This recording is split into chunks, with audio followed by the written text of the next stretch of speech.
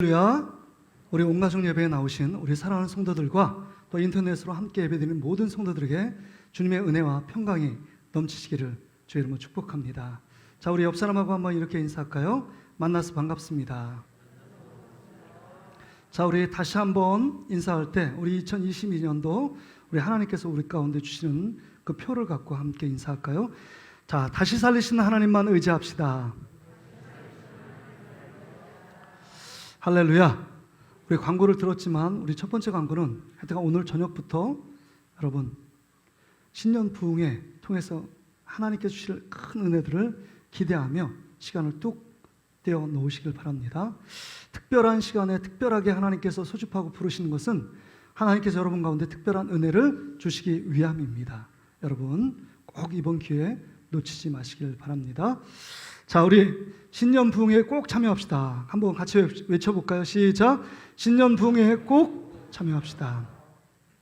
우리가 두 번째는 우리 지난주에 우리 이영숙 장로님, 우리 김영식 원사님 어머님 또 소천에서 또 장례 갔다 오신 분도 있고 또 기도로 또 함께했던 우리 성도들께 감사해서 또 귀한 떡을 주십니다. 그래서 저녁에 예배 끝나고 받아가시면 되고요.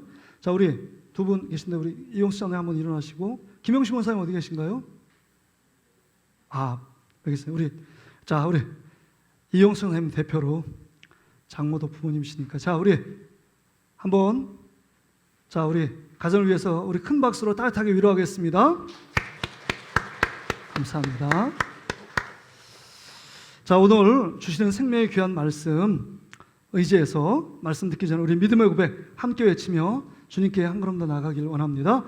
하나님은 나를 사랑하신다. 하나님은 나를 향한 크고 놀라운 계획을 갖고 계신다. 하나님은 나와 동행하시며 풍성한 삶으로 인도하신다.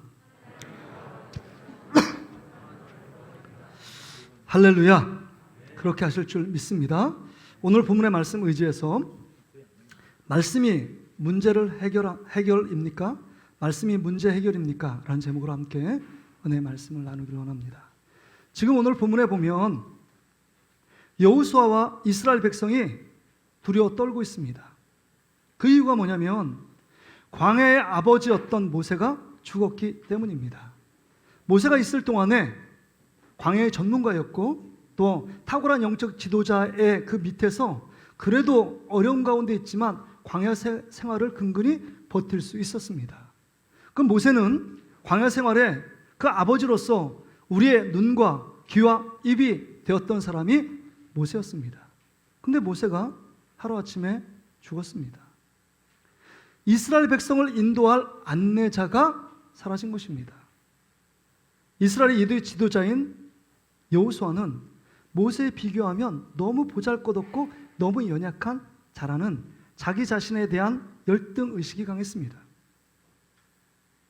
또 뿐만 아니라 이스라엘 민족 앞에 가나안 땅을 들어가려면 하나님이 약속한 젖과 꿀이는 가나안 땅에 들어가려면 그 앞에 관문이 있는데 요단강이 흐르고 있습니다. 2절 보세요. 2절에 보면 요단강. 요단이란 다른 뜻은 급히 흐른다 이런 뜻입니다.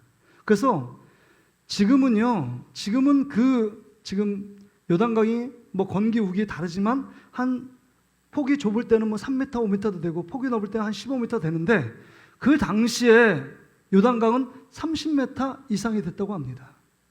30m 이상이 돼서 우기 가운데 많은 비 가운데 그 물을 담고 있는 그 요단강이요 엄청난 유수 속도로 가는 거예요. 그래서 많은 사람이 이 요단강을 건너기 위해 애썼지만 그 중에 많은 사람이 목숨을 잃었습니다. 그래서 여러분 죽음에 대한 이야기를 할 때 뭐라고 얘기하죠? 저 사람 요단강 건넜대. 이런 말은 뭐예요? 죽었다는 거잖아요. 그러니까 요단강 건너기가 만만치 않음을 얘기하는 겁니다. 그러니까 이스라엘 백성들 앞에 정말 모세도 죽은 안내자가 없고 그 다음 앞으로 가나안 땅에 들어가기 위하여 요단강을 건너는 어떤 계획, 설계도 그것이 전무한 상태입니다. 어떻게 이스라엘 백성들을 어떤 방법으로 가나안 땅에 입성케 하는가? 이 여호수아와 이스라엘에게 드리워진 근심의 먹구름이었습니다. 근데 이런 상황 가운데서 하나님께서 7절에 뭐라고 말씀하시느냐? 이렇게 말씀하고 있습니다. 여러분 1장 7절 말씀을 보세요. 7절 보세요. 오직 강하고 극히 담대하여 나의 종 모세가 내게 명령한 그 율법을 다 지켜 행하고 우로나 좌로나 치우치지 말라. 그리하면 어디로 가든지 형통한다. 그러니까 우로나 좌로나 치우치지 말고 어디로 가든지 형통의 비결이 뭐냐? 말씀을 붙잡는 거래요. 여러분 지금 말씀을 붙잡아서 이 현안의 문제, 그 시대의 아픔과 고통, 이 두려움의 문제를 해결할 수 있을까요? 여러분 어떻게 생각하십니까? 8절에 보면 그 말씀을 쥐하로 묵상까지 하래요. 너희들이 지금 할 일은 말씀 붙잡고 그 말씀 읽고 말씀을 묵상하며 큐티하며 그대로 있어라 라고 말씀하는 겁니다. 여러분 그거를 어떻게 이해하고 받아들일 수 있겠습니까? 지금 광야 가나안 땅에 들어가는 안내자, 유능한 안내자도 없고 그다음에 요단강은 버티고 있고 그런 상황 가운데 있는데 어떻게 보면 민족의 위기, 절체절명의 위기 가운데 있는데 한가로이 하나님의 말씀 붙잡고 말씀을 쥐하로 묵상하는 것이 무엇이 도움이 되느냐, 이 문제를 어떻게 해결할 수 있느냐 하는 것입니다. 한번 생각해 보세요. 어떤 믿음이 있는 청년이 있습니다. 믿음 있게 보여요. 그런데 회사에 산적한 일들이 쌓여 놓아 있습니다. 그리고 가정에서도 자기 할 일들이 많이 쌓여 있어요. 그런데 그 청년이 하는 일이 다른 거 안 하고 전폐하고 하나님 말씀만 읽고 하나님 말씀만 묵상한다면 여러분 그 사람은 어떻게 봐야 됩니까? 그 사람이 정상적인 사람일까요? 회사에도 저 사람 저런 사람이 있고 아무리 정말 급하고 어려운 많은 일이 있어도 지금 말씀 보고 있는 그 사람을 정상인 취급할 수 있겠느냐 하는 겁니다. 신앙생활한 우리가 보더라도 그 모든 문제 앞에서 답답하게 말씀만 읽고 말씀을 묵상하고 말씀만 붙잡고 있는 이 사람을 본다면 우리도 좀 이상하게 볼 겁니다. 오늘 하나님께서 여호수아에게 이런 명령을 하고 있는데 이 명령을 받은 여호수아는 이 말씀을 어떻게 이해하고 받아들일 수 있을까 하는 겁니다. 지금 말씀을 듣고 있는 여러분들은 이 말씀이 이해가 되십니까? 하나님 왜 그러셨을까? 정말 아무런 도움이 될 것 같지 않은 하나님 말씀 붙잡고 그 말씀만 지키고 그 말씀을 주야로 묵상한다는 의미가 무엇일까? 선뜻 마음에 와닿지 않는 것이 사실입니다. 그러면 지금 하나님, 지금 여호수아 이스라엘 백성이 율법의 말씀을 붙잡고 살라라고 말씀하시는 진정한 의미가 뭘까요? 그 의미는 이런 것입니다. 지금 하나님 말씀 그것만 읽고 그것만 주야로 묵상하고 그것만 붙잡고 아무 일도 하지 말라는 이야기가 아닙니다. 그 말은 이제 앞날의 어떤 걱정, 근심, 두려움은 하나님께 맡기고 하나님께만 집중하면 하나님께서 너의 길 어디로 가든지 형통케 하시겠다는 약속의 말씀입니다. 다시 말해서 약속의 말씀, 이 율법의 말씀을 붙잡으라는 것은 곧 하나님을 붙잡으라는 말씀이고 곧 하나님께만 집중하라는 말씀입니다. 하나님께만 집중하면, 하나님만 붙잡으면 너의 인생, 앞으로 요단강을 건너는 것, 가나안 땅을 차지하는 모든 것 다 내가 책임져 주겠다라고 말씀하시는 겁니다. 할렐루야. 그렇게 믿으십니까? 아멘. 아멘입니다. 그래서 오늘 본문에 보면 하나님께 집중하는 것이 뭐냐? 하나님께 집중하면 여러분 5절의 말씀 보세요. 내 평생에 너를 능히 당할 자가 없으리라. 이렇게 약속하십니다. 내가 하나님께만 집중하고 하나님만 바라보면 내 평생에 너를 대적할 자가 없다고 말하는 겁니다. 이게 첫 번째 약속이에요. 그래서 여러분 내 평생이라는 말을 한번 주목해 보세요. 내 평생. 여러분 평생이 뭘까요? 저를 보세요. 이 평생은요 태어나자마자 죽을 때까지가 평생이 아니에요. 내 평생이라는 것은 여호와께 주목하고 여호와께 집중하고 여호와를 바라보는 그 평생, 그 시간 동안 하나님의 생명사계로 여러분을 지키시고 보호하시고 어떤 대적 가운데도 너를 보호하고 너의 인생의 안내자는 내가 될 것이다. 이렇게 말씀하고 있는 겁니다. 바라기는 여러분이 살아있는 동안에 하나님께만 집중하는 여러분 되시기를 주의 이름으로 축복합니다. 그게 여러분의 평생이 되는 거예요. 어떤 대적, 어떤 원수가 여러분을 넘어뜨리고 호시탐탐 노리고 있을지라도 하나님은 여러분의 대적들을 그 앞에서 지키시고 보호하실 겁니다. 성령의 캡슐로 생명 싸개로 하나님의 전능한 팔로 우리를 도우시면 하나님께 집중하는 자를 당해낼 수가 없다는 겁니다. 그렇다면 여러분 한 번 더 생각할 것은 여기 대적들이 뭐가 있을까요? 외적으로는요 지금 요단강이 버티고 있잖아요. 환경적인 대적입니다. 가나안 땅을 들어가는데 이게 지금 막고 있습니다. 30m가 넘는 여러분 강물이 흐른다고 생각해 보세요. 그 시간에 지금 배를 만들 수 있습니까? 아니잖아요. 줄을 매달라서요? 안 되잖아요. 쉬운 일이 아닙니다. 어찌할 바를 모르고 있는 이스라엘 백성들의 모습이 상상이 되게 정말 쉽잖아요. 그거 그려보면 딱 알잖아요. 요단강이 가로 앞에 있습니다. 그리고 철옹성 같은 여리고성이 버티고 있습니다. 그 다음 가나안 7부족이 있어요. 전쟁에 능하고 호전적인 부족입니다. 이스라엘 백성은 그에 비하여 여러분 430년 동안 애굽의 종살이 노예였습니다. 칼을 잡고 전쟁을 해본 적이 없는 민족입니다. 그러니까요 이건 싸우나 마나한 전쟁입니다. 그러니까 외적으로 어마어마한 불리한 환경, 도저히 불가능한 상황 가운데 놓여 있는 이런 모든 외부적인 방해물들이 있습니다. 내적으로는요 어떤 것을 여러분 이기고 극복해내야 되느냐? 여호수아 입장에서 보면요 이스라엘 민족들은 40년 동안 모세가 이끌었어도 늘 그들의 주특기는 원망입니다. 부특기는 불평이에요. 원망과 불평을 입에 달고 삽니다. 만나를 주면 만나만 준다고 불평합니다. 반석에서 물이 없으면 물이 없다고 불평합니다. 많이 걸으면 이 땡볕에 걷게 하고 힘들게 했다고도 불평합니다.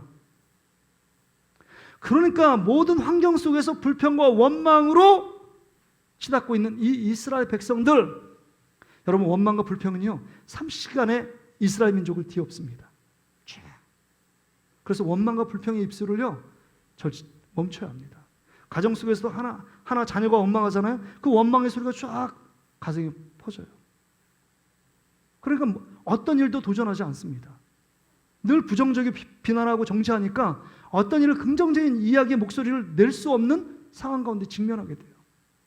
뿐만 아니라 이스라엘 백성의 불신앙이에요. 하나님께만 집중하면 되는데 하나님께 집중하지 않습니다. 나 자신에게 집중하니까 늘 하나님 말씀에 대적하며 나가고 있는 이 이스라엘 민족들을 이끌어야 하는 여호수아 입장에서 보면 엄청난 대적이 늘 도사리고 있는 것입니다. 그러나 하나님께만 집중하면 이 모든 대적을 하나님께서 물리치시겠다라고 약속하고 있는 줄 믿습니다. 할렐루야. 믿으십니까? 하나님이 하신다는 거예요. 네가 하는 것이 아니라 너는 하나님께만 집중하고 하나님만 바라보고 하나님만 신뢰하면 그 모든 일은 하나님께서 해결해 주시겠다라고 말씀하는 겁니다. 여러분, 그러기에 지금 이스라엘 백성의 안내자는 없어요. 하나님이 그의 안내자입니다. 어떻게 요단강을 건널까? 어떤 방법으로 건널까? 이것을 생각하지만 이스라엘의 방법은 하나님인 줄 믿습니다. 이스라엘의 방법은 하나님이에요. 어떻게가 아니라 어떻게 할 수 있는 모든 문제를 간구하고 계획하시고 기다리시는 분은 누구냐? 하나님이라는 겁니다. 한번 따라합시다. 우리의 방법은 하나님이십니다. 여러분 2022년을 어떻게 살길 원하십니까? 어떻게 여러분 어떤 목적과 어떤 방법으로 이 어려움을 헤쳐나가기 원하십니까? 여러분의 문제의 해답과 방법은 하나님인 줄 믿습니다. 지금 여호수아와 이스라엘 백성들은 누구에게 집중해야 되느냐? 하나님께만 집중하면 모든 이 백성의 안내자 되시는 분은 하나님이고 모든 문제의 답이 되시고 방법이 되시는 분은 하나님인 줄 믿습니다. 그렇게 모든 대적을 물리쳐 주시겠다라고 약속하고 있는 것입니다. 또한 이 본문의 말씀을 통해서 우리가 한 번 더 생각할 것은 하나님께 집중하려면요 강하고 담대한 믿음이 있어야 합니다. 한번 따라합시다. 여러분 하나님께 집중하려면 강하고 담대한 믿음이 있어야 합니다. 여러분 우리가 지금 마음이 불안과 초조 두려움에 있어요. 나 평안해야지 마음 안정케 해야지 정돈돼야지 이렇게 뭐 주문을 외운다고 해서 불안한 요소들이 극복되느냐? 절대로 극복되지 않습니다. 우리는 지금까지 인생 가운데 두려움의 요소, 근심, 걱정, 불안, 초조, 염려 가운데 있을 때 내가 염려야 잠잠해, 두려움 잠잠해 이렇게 외친다고 해서 두려움의 요소가 극복되는 게 아니에요. 두려움이 사라지는 것이 아닙니다. 여러분, 하나님께 집중한다는 것은 집중하려면 우리의 마음이 빼앗기지 말아야 합니다. 우리의 시선이 하나님께 고정해야 합니다. 하나님께 고정되기 위해서는 여러분, 우리 마음에 강하고 담대함이 있어야 합니다. 강하고 담대한 마음이 있을 때 하나님께 고정할 수 있고 하나님께 집중할 수 있는 겁니다. 그래서 오늘 본문에 보면 이 여호수아와 이스라엘 백성들에게 얘기합니다. 6절에 보세요. 강하고 담대하라. 7절에도 보세요. 오직 강하고 극히 담대하여. 9절에도 보세요. 강하고 담대하라. 두려워하지 말며 놀라지 말라. 이렇게 얘기합니다. 왜요? 하나님께 집중하려면요, 강하고 담대한 믿음이 있어야 합니다. 강하고 담대한 믿음이 있을 때 우리 마음이 두려움이 사라지는 거지. 우리 안에 믿음이라는 것은요, 시소예요.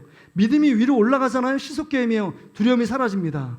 우리 금요기도에도 제가 말씀을 드렸는데, 두려움이 위로 올라간다, 그럼 믿음이 바닥을 치고 있는 겁니다. 여러분, 지금 상태, 영적인 상태가 두려움이 여러분 마음에 스물스물 올라옵니까? 믿음이 지금 바닥을 치고 있다는 증거예요. 반증입니다. 그러기에 강하고 담대한 믿음이 있으면 하나님을 바라보고 또한 하나님을 신뢰하고 하나님께 집중할 수 있는 겁니다. 그럼 여러분, 강하고 담대한 믿음은 어떤 믿음일까요? 어떤 믿음을 하나님이 요구하실까요? 오늘 본문에 보면 5절의 말씀입니다. 5절 말씀 보세요. 중반절에 보면 내가 모세와 함께 있었던 것 같이 너와 함께 있을 것임이니라. 내가 너를 떠나지 아니하며 버리지 아니하리라. 이게 뭐예요? 임마누엘의 믿음 아닙니까? 하나님이 우리와 함께 계신다, 나와 함께 계시기 때문에 나는 강하고 담대할 수 있다는 겁니다. 환경과 상황을 초월하여 내 마음이 요동치 않아요. 왜? 하나님께만 집중하고 하나님께만 바라보고 있기 때문입니다. 뿐만 아니라 9절도 보세요. 9절에 보세요. 여기 보면 놀라지 말라. 내가 어디로 가든지 내 하나님이 여호와가 너와 함께 하느니라. 내가 어디로 가든지, 여호수아 네가 어디로 가든지, 이스라엘 백성이 어디로 가든지 내가 너와 보호자가 되어 너와 함께 있겠고, 네가 어디로 가든지 형통하고 평탄한 길을 예비해 놓을 거야. 이렇게 말씀하는 겁니다. 그러니까 3절에 네가 밟는 모든 땅을 내가 너에게 줄 것이다. 이렇게 말씀하잖아요. 내가 너와 함께 있기 때문에. 너의 능력이 있고 너희가 지혜롭고 내가 건강하고 네가 잘나서가 아니라 난 너의 하나님이 되고 너희는 나의 백성이 되기 때문에 내 백성된 너희들과 함께 있어서 내가 너를 지키고 보호할 거야. 이겁니다.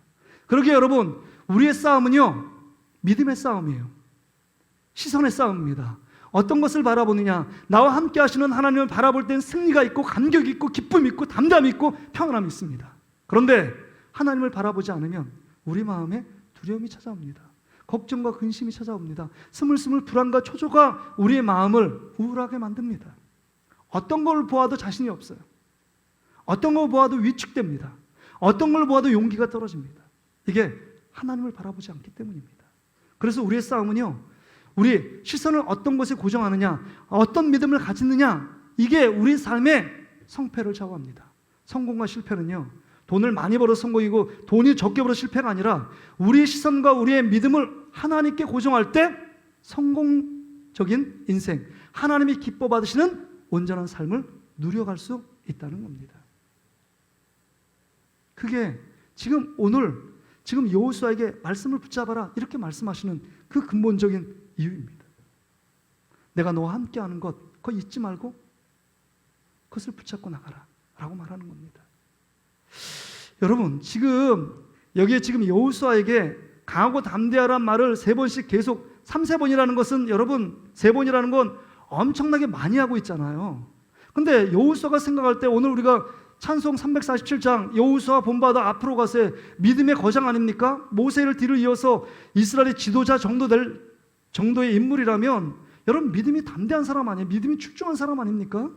그런데 하나님이 지금 여호수아에게 강하고 담대하라 한 번 하니까 얘기가 안 되잖아요. 강하고 담대하라, 극히 담대하라 이렇게 얘기하고 또 3-4번 9절에 말씀하시는 이유는 뭐냐면, 지금 믿음의 사람이었던 이 여호수아도 지금 모세가 죽은 이후 그 요단강의 앞에 놓인 이 절체절명의 위기와 두려움 상황 속에서 위축되어 있습니다.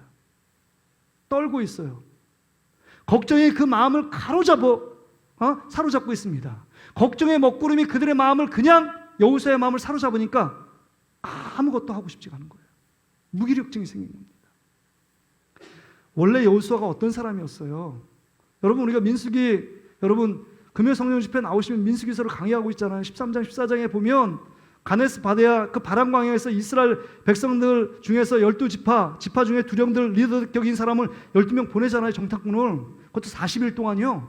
샅샅이 가나안 땅을 다 탐지하고 돌아옵니다. 근데 보고가요, 10명의 보고는 다 부정적이에요. 부정적이라는 게 가나안 땅이 나쁘냐? 그게 아니에요. 가나안 땅은 정말 조상들이 말했던 젖과 꿀이는 땅 맞다. 포도송이를 보는데요, 포도송이 하나 땄는데 두 사람이 나무에 메고 올 정도로 엄청난 과일입니다. 농사를 져도 풍성해요. 그냥 농사 지면 그냥 풍년이 빵빵 터지는 겁니다. 너무 젖과 꿀이는 땅 맞아요. 12명이 공통적으로 얘기하는 건 하나님이 축복하신 진짜 축복의 땅이라고 그들이 보고 고백합니다. 근데 왜 부정적으로 얘기하고 악평하느냐? 우린 절대로 이스라엘 민족은 10명의 그 보고자들은 이스라엘 백성 들어갈 수 없다는 거예요. 왜냐하면 그 성읍은 견고하고 그 가나안 땅 민족은 네피림의 후손 아낙 자손이기 때문에 거의 키가 3m에 이른다는 거예요. 3m. 이스라엘 민족은 한 평균 키가 150에서 160 되니까 2배 큰 겁니다. 2배 큰 거예요. 그러니까 자기가 보기도 메뚜기 의식을 가진 겁니다. 비교도 안 된다는 거예요. 싸움 해보고 진 겁니다. 싸움 해보지 않고 지는 거예요. 저 싸움 해봐라 정말 100점 100패 하니까 우리는 거기 들어갈 수 없다. 들어가면 안 된다. 이런 보고를 해요. 근데 여기서 분연히 일어났던 믿음의 사람이요. 시선을 상황과 환경 본 게 아니라 하나님, 우리와 함께 하시는 하나님을 바라봤던 갈렙하고 여호수아는 완전히 대조적인 이야기를 합니다. 특별히 민수기서 14장 9절에 보면 여호수아가 이런 고백을 해요. 거기에 있는 가나안 부족의 보호자는 그들의 섬기는 우상들은 다 떠났고 우리의 보호자, 우리의 하나님은 우리와 함께 계신다. 이런 고백을 합니다. 지금 돌을 들어서 10명의 보고하는 자들이 너무 두려워 걱정 근심 속에서 이 모세와 지도자들을 돌을 던지려고 하는 찰나에 있습니다.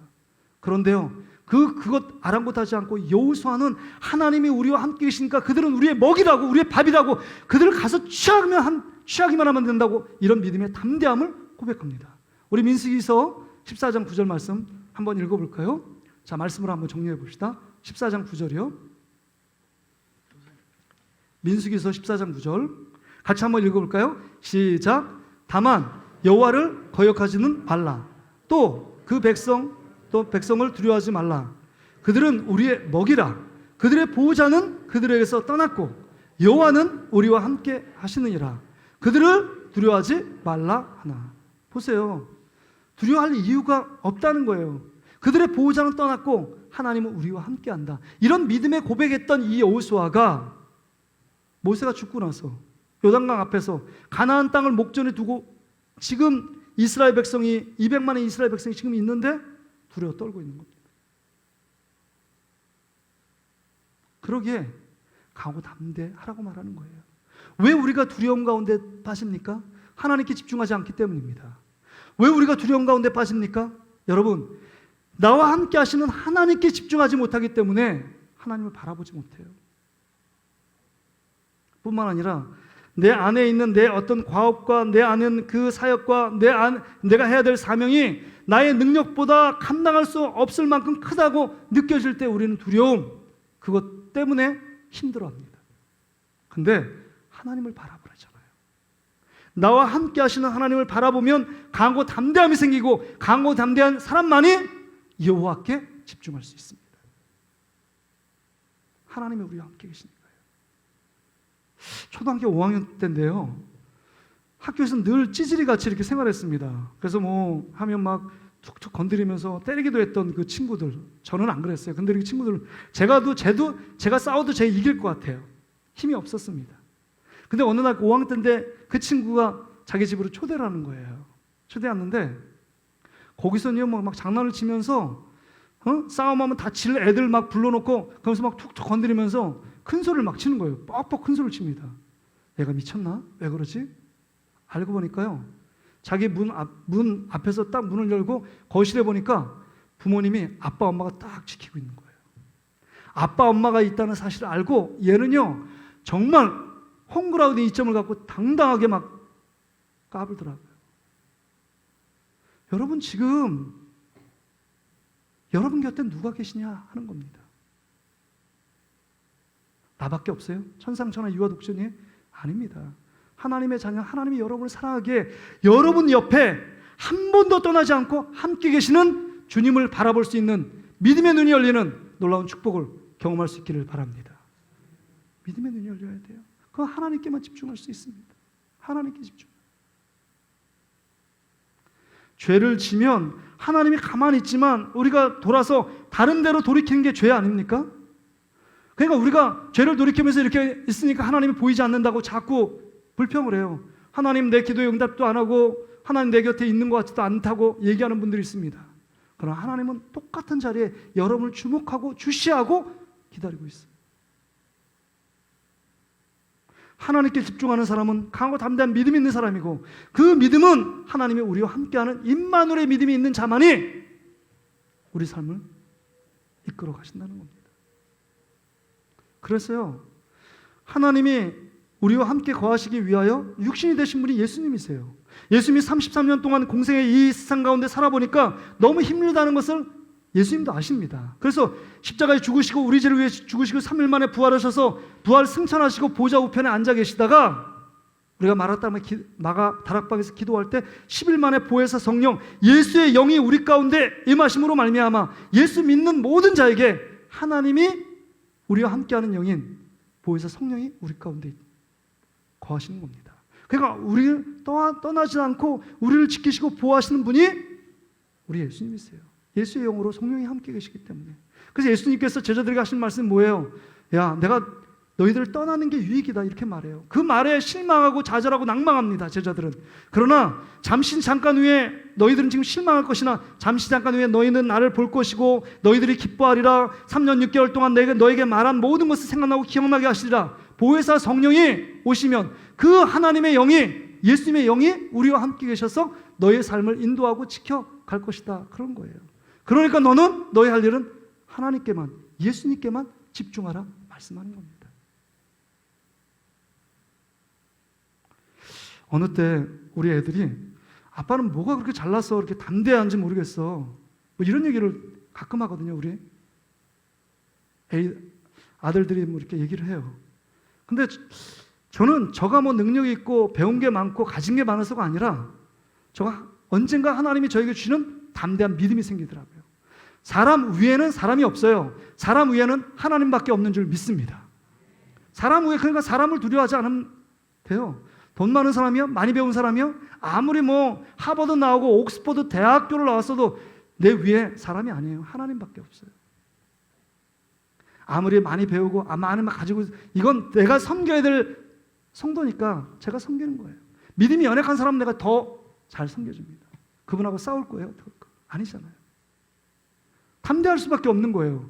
그리고 막 돈 있는 분 돈 자랑하고 지식 있는 지식 자랑은 자랑하라. 그리고 웃으면서 예 그러세요. 많이 배우셨네요. 많이 가지셨네요. 그런 얘기 하지만 저는 위축되지 않습니다. 왜? 나와 함께 하시는 하나님이 계시기 때문에요. 하나님이 내 백인데요. 하나님이 나와 함께 계시는데요. 예수님 말씀했잖아요. 세상 끝날까지 내가 너희와 항상 함께 있으리라. 할렐루야. 하나님이 우리와 함께 계시는데요. 이 여호수아는 지금 하나님이 함께 계신 그것을 놓쳤기 때문에 지금 하나님이 책망하시는 겁니다. 강하고 담대하라. 내가 모세와 함께 있었던 것 같이 내가 너희와 함께 있겠다라고 말씀하는 겁니다. 너희가 함께 하시는 하나님만 믿으면 그 눈으로 바라보면 너는 하나님께 집중할 수 있어. 하나님께 집중하면 게임 끝난 거야. 네 힘으로 요단강 넘을 수 있을 것 같아? 못 넘어. 네가 네 힘으로 네 이스라엘 백성이 가나안 민족과 부족과 싸워서 이길 수 있을 것 같아? 100점 100패야. 하나님께만 집중하라는 겁니다. 하나님만 붙잡으라는 거예요. 하나님이 하시는 대로 순종하며 나가는 것입니다. 마지막으로요. 오늘 본문의 말씀을 통해서 하나님께 집중한다는 것은 하나님의 말씀을 듣고 순종한다는 걸 의미합니다. 이게 7절 8절의 내용 아닙니까? 여러분 하나님이 보이지 않아요. 하나님께 집중하라는 건 뭘 집중하라는 거예요? 주회전에서 예배 나와서 예배에 집중하라는 것인지 기도에 집중하라는 것인지 아니면 찬양에 집중하는 것인지 여러분 모를 겁니다. 이건 추상적인 말이에요. 신앙은 너무 추상적인 말이기 때문에 본인이 원하는 대로 막 생각하는 경우가 많습니다. 여러분 믿음에 대해서 이야기해보라면 여기 있는 모든 분들이 한결같이 자기 나름대로 믿음을 정의합니다. 동일한 게 별로 나오지 않을 거예요. 사랑도 마찬가지고 소망도 마찬가지고, 이게 추상적인 것 같습니다. 그러니까 하나님께 집중하라는 건 뭘 집중하라는 건가? 교회를 향하여 다니엘처럼 기도하라는 것이 하나님께 집중하는 건가? 잘 모를 때가 있습니다. 그렇잖아요. 하나님께 집중하는 게 뭐예요? 그 말은 지금 오늘 말씀한 것처럼 하나님의 말씀을 듣고 순종하는 것이 하나님께 집중하는 것입니다. 할렐루야. 그럼 지금도 우리가 할 수 있잖아요. 기독교는 계시 종교입니다. 하나님이, 예수님이 우리에게 보여준 하나님의 말씀을 통해서만 하나님이 어떤 분이신지를 아는 거예요. 그 창세기부터 요한계시까지 아무리 신학을 배우고 신학 박사일지라도 기도해서 하나님을 묵상하면서 내가 신론, 기독론, 예배론, 교회론 다 가짜입니다. 이건 교주예요. 하나님 말씀 안에서 보여준 것만 우리는 하나님을 어렴풋이 알 수 있는 것입니다.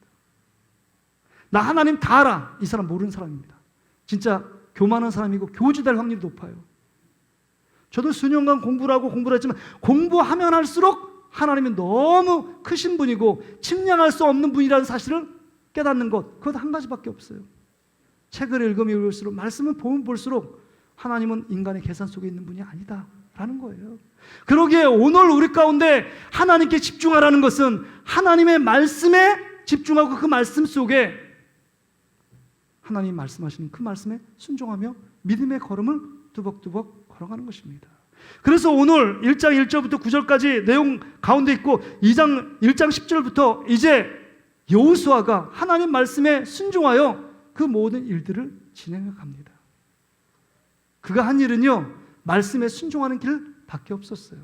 말씀에 순종했더니 요단강이 갈라지는 역사가 있었습니다. 말씀을 듣고 순종했더니 여리고성이 무너졌습니다. 말씀을 듣고 순종했더니 가나안 땅을 점령하는 하나님의 놀라운 기적을 보여주셨습니다. 할렐루야. 이게 믿음의 삶이에요. 이게 이 시대 가운데 여러분에게 주시는 메시지입니다. 말씀을 정리합니다. 우리의 문제가 뭔지 아세요?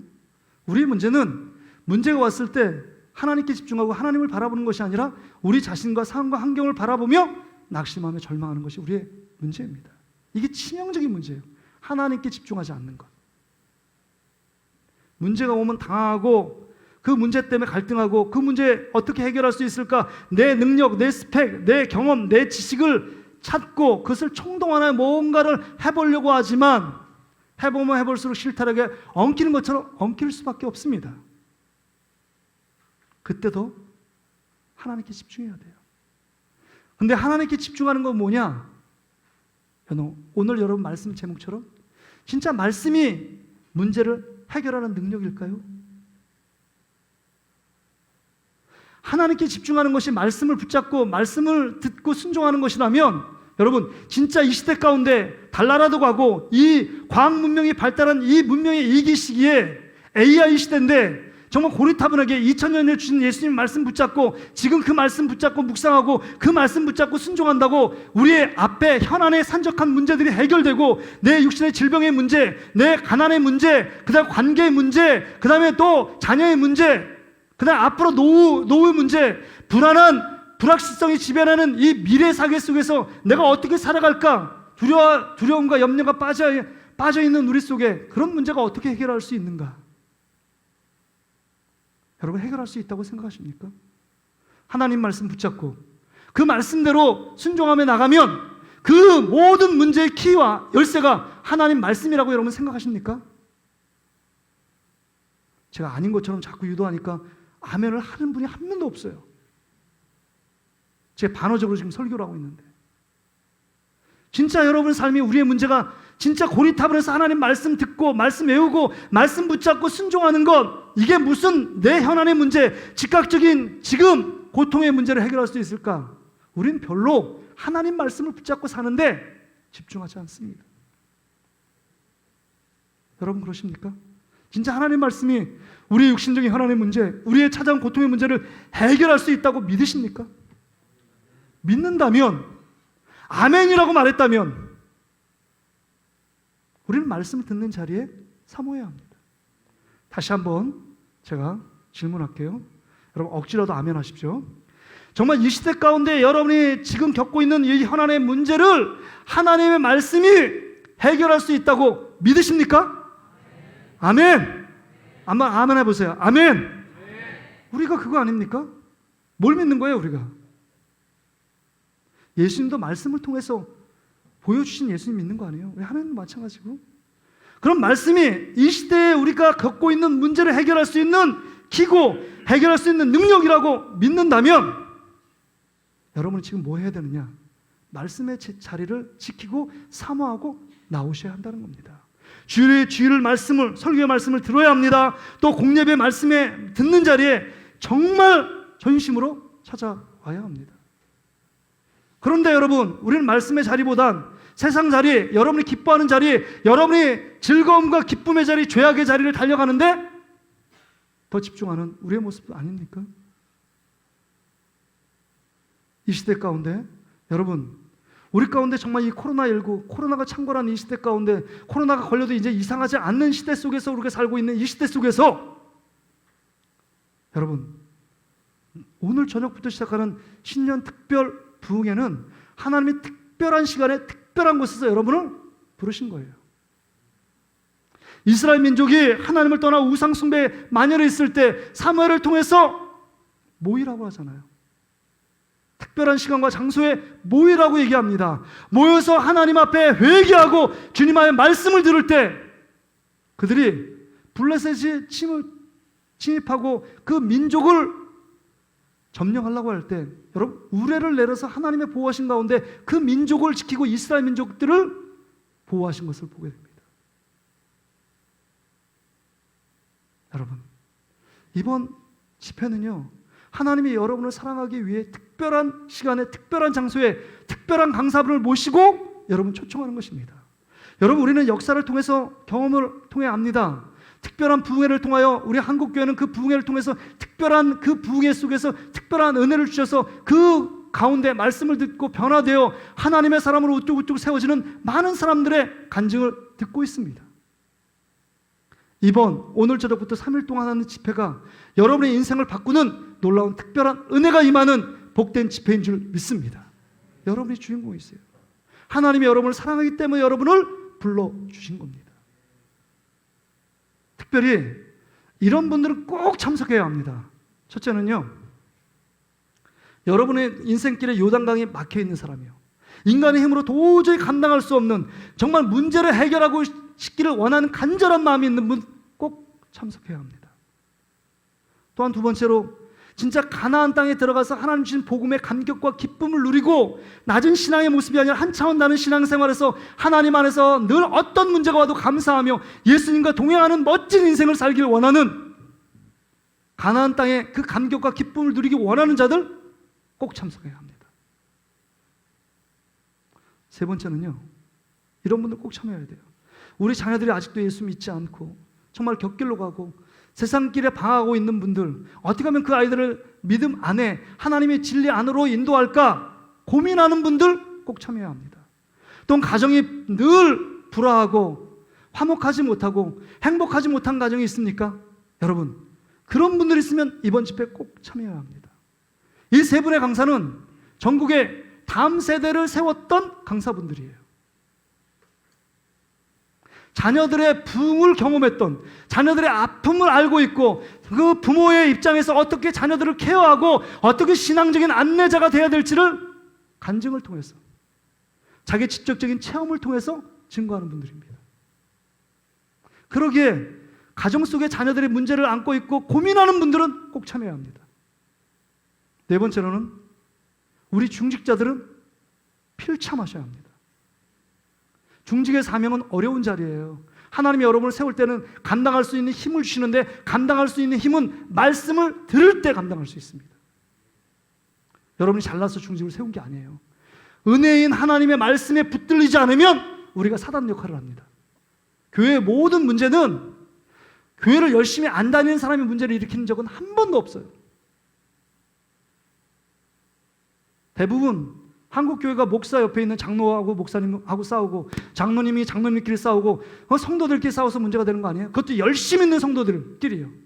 내 뜻대로 관찰하지 않는다는 거예요. 왜 내 뜻이 받아들이지 않고 내 뜻이 왜 채택되지 않았느냐, 이렇게 불평하는 분들이 싸우는 겁니다. 내가 원하는 방식으로 교회를 세우겠다, 내가 원하는 방식으로 어떤 문제를 해결하고 이 고집대로 내가 주장하는 거 꼭 들어야 된다. 하나님이 안 보여요. 자기밖에 없어요. 중직자들은 은혜 받아야 합니다. 그럴 때 겸손해요. 내 고집 없어요. 고집 내려놔야 돼요. 내 뜻 안 되는 것이 감사해야 돼요. 여러분 뜻대로 되면 그건 멸망길이에요. 축복의 길 절대 아닙니다. 그런 거예요. 뿐만 아니라 교사로 세워진 분, 우리 교사 몇 명 안 되지만 교사로 세워진 분은 교사 신년 이분 전반기에 1분기에 교사로 세워진 필참해야 돼요. 반드시 참석해야 돼요. 교사로서 어린 심령을 어떻게 품어야 되는지를 여러분 강사를 통해서 들어야 합니다. 마지막으로요, 이런 분도 꼭 참여하세요. 2022년도 하나님이 주시는 놀라운 축복, 다시 살리신 하나님의 은혜로 말미암아 내 삶 속에 하나님이 행하신 놀라운 기적을 맛보기 원하는 분들이요. 지금까지 어떤 습관적으로 이성 타성에 의해서 신앙생활을 했는데 이제는 하나님의 은혜로 신앙생활을 원하시는 분들 꼭 참여하시기 바랍니다. 그리고 제가 한 가지 담임 목사 직을 놓고 자존심을 걸고 한 가지를 또 제안하겠습니다. 오늘 강은도 목사님 오시는데 그분이 재미없거나 은혜가 없거나 감동이 없거나 눈물이 없다, 그래서 도저히 들어줄 수 없다, 그리고 나서 참여했는데 목사님 왜 이런 분을 세우셨습니까? 라고 따지시는 분이 있다면 제가 다 여러분 듣기도 하고 새롭게 와서부터 다니기도 다 감동 있는 분이에요. 제가 자신 있어 이분들을 얘기하는 겁니다. 여러분 참여하지 않으면 후회한다는 말을 하는 건 제가 그냥 목회자니까 아니라 제가 받은 은혜가 있기 때문에 그래요. 이 세 분. 그분들은 후배도 있지만 진짜 말씀의 종으로 세워졌기 때문입니다. 이분들을 위해서 어떻게 할까요? 식사를 대접할까요? 그러니까 목사님 식사 신경 쓰지 말고 그냥 집회 준비하는데 신경 쓰고 기도만 해주세요. 그거밖에 없어요. 이분들이. 교회에 폐를 끼치려고 생각하지 않습니다. 부산에 오는데 자기가 그냥 비행기 타고 와서 여기 와서 픽업할까요? 아닙니다. 제가 와서 찾아가겠습니다. 신경 쓰지 마세요. 은혜 받는 일에만 집중해 주세요. 그런 분들 저 따지면 제가 반드시 제 방으로 찾아오는 분들이 있다면 제가 꼭 한 끼 식사를 대접하겠습니다. 여러분 마음을 불편하게 해드렸기 때문에. 그럴 정도로 제가 당당할 수 있어요. 여러분 오늘 저녁부터 참여해 주시고, 그 다음에 여기 예외가 있습니다. 오고 싶은데 함부로는 못 와요. 못 올 수밖에 없어요. 코로나 확진 걸리신 분들은 안 오셔도 좋습니다. 유튜브 영상 드세요. 그 외에는 다 참여하셔요. 1년에 몇 번 안 하잖아요. 그리고 지금 2년 동안 안 해봤잖아요. 2019년도 이충모 목사님 모시고 2020년도 이충모 목사님 모시고 집회한 거 외에는 해본 적이 없어요.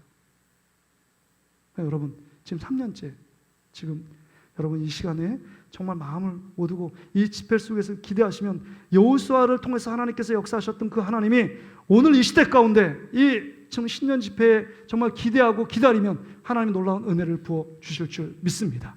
우리 기도 제목 띄워주시고